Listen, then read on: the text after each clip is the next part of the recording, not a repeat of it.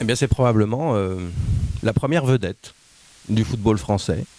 Je ne connais pas d'autres exemples avant lui. Alors probablement parce qu'il a été aussi à la frontière, c'est-à-dire la fin du football amateur et le début du football professionnel. Football amateur, pardon, étant appelé plus communément l'amateurisme marron. Donc pour ceux qui ne le savent pas, c'est-à-dire c'est un amateurisme qui n'en est pas un.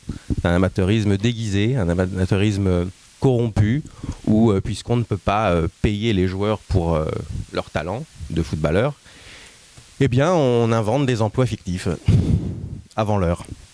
Et donc Alexandre Villaplane, dans les clubs successifs où il a joué, a été ici comptable, là patron de bar, représentant de commerce, en l'occurrence par exemple des eaux de Perrier.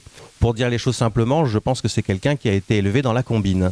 Voilà, qui est né dans la combine du fait de cet amateurisme marron et qui ne peut pas envisager son existence autrement que par la combine.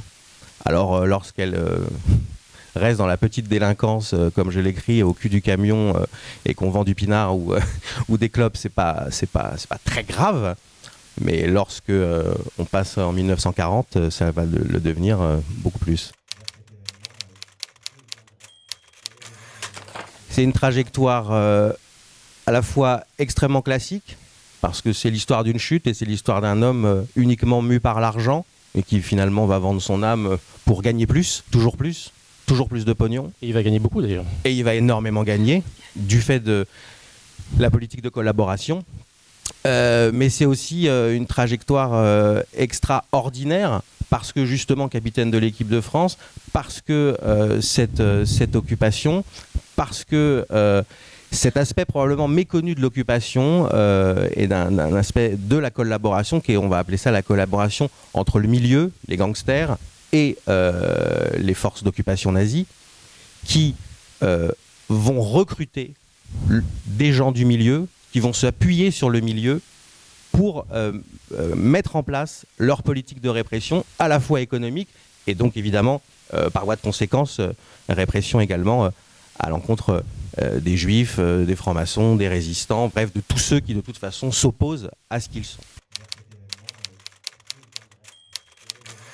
Il faut quand même se représenter que dans ces bars, qui étaient les bars du milieu, notamment dans le 9e arrondissement, aux alentours de Pigalle, etc., se retrouvaient dans ces bars, dans ces mêmes bars, lors de ces mêmes soirées, ceux qui avaient choisi la résistance, même naissante, et ceux qui avaient choisi la collaboration.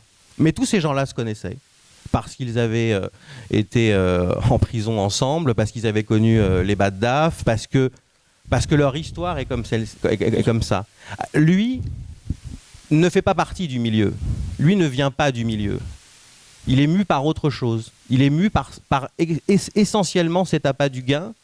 Et c'est là d'ailleurs qu'ils vont se rencontrer, le milieu et lui. Parce qu'il est un escroc, donc il a cet art de la mise en scène, donc il est précieux.